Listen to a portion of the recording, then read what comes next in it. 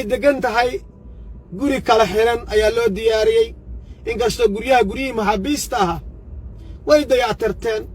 xaafad caadi ah laga dhigay waxa isa soo taraya xogo muhiim ah oo ku saabsan kiiskii Ikraan Tahliil ayaynu weli dhaxda ka jirnaaye xogaha soo taraya ayaa waxa ay sheegayaan in Ikraan Tahliil Faarax inay nooshahay isla markaasina ay ku sugan tahay qayb ka mid ah dhulka Soomaaliya waliba dhulka ay ka rimiyaan al-shabaab xogtani ayaa waxa soo bandhigay gurmad qaran oo aad u garanaysan isaga oo sheegay in uu hayo cadaymihii dhammaan gaari lagu qaaday halka la geeyay ninka qabo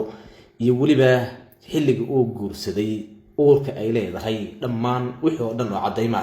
ayuu sheegay waliba waxa uu ku dhaartay inuu ka caawinayo aabaha dhalay gabadha haddii uu isaga uu diyaar u yahay waxa kale oo uu soo cadeeyay in Qali Maxamuud Guhaad gabadha inaysan dhalin iyada balse hooyadeed ay dhimatay samarkaasina ay ka dambeysay